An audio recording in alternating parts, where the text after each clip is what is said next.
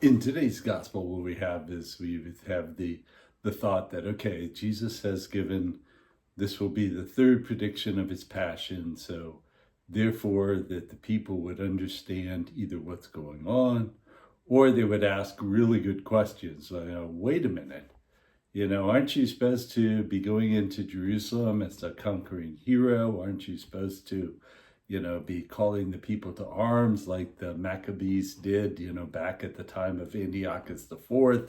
Aren't you supposed to be doing those kind of things? What are you doing talking about your passion and death?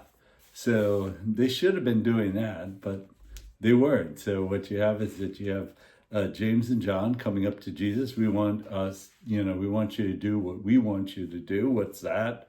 What do you want me to wish to do for you?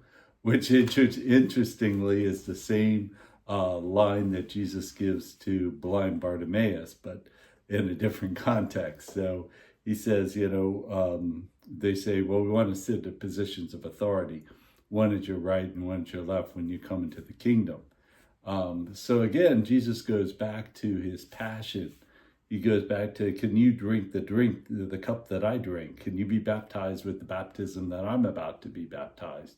And they're like, oh yeah, no problem. Well, in a way it will occur, but not in the way that they've expected. That James will be the first of the apostles to be martyred for his faith in 42. We see that in the Acts of the Apostles. John will be, by tradition, the only one who was not martyred for his faith. But again, John didn't live a life of luxury and frivolity. He had a very difficult time in exile and so forth. So we think about the fact that they were indeed baptized with the baptism, that they indeed drank the cup that Jesus talked about. But the other thing is that he talks about that servant, to be a servant. And, one of the things that I like a lot in a commentary from William Barclay, who is, again, a professor who wrote extensively, especially in the New Testament. He had a commentary series that's still very much in use today, professor at a Presbyterian university.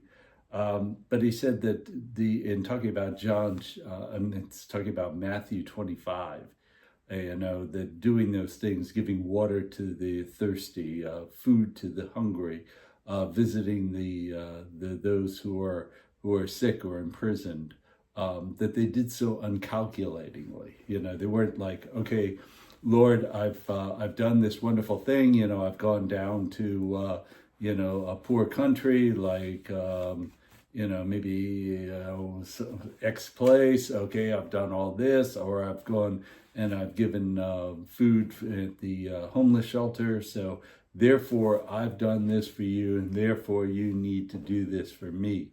No, it was very uncalculating. So again, Jesus talking about that in terms of servant leadership. The other thing he says is that the Son of Man did not come to be served, but to serve and give his life as a ransom for many.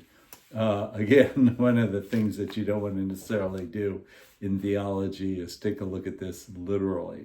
You can go down a rabbit hole in terms of that idea of Jesus' death as a ransom.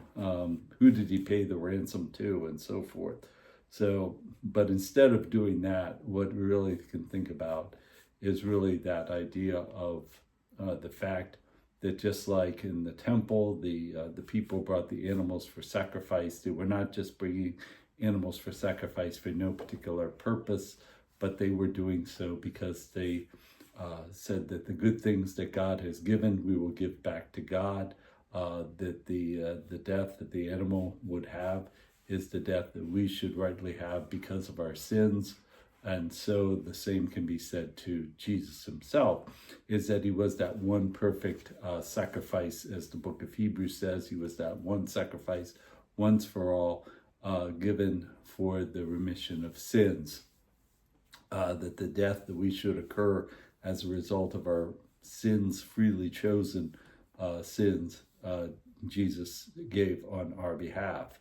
The other thing is that idea, again, of sacrificial love, we see the great sacrifice of Christ on the cross. And as Jesus is there on the cross who sacrificed for us, so too we need to be a sacrifice to others. We need to love not just our friends, not just our families, maybe some neighbors that we like, some coworkers that we like.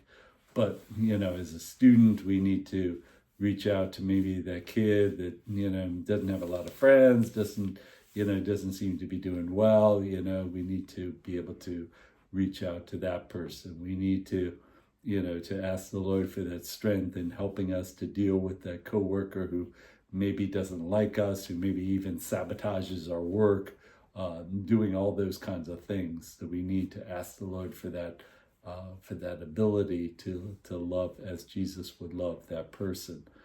So going just beyond what anybody would do. Anybody can love those who love them, but we need to go beyond that, and that's what Jesus shows us on the cross. Thanks. God bless.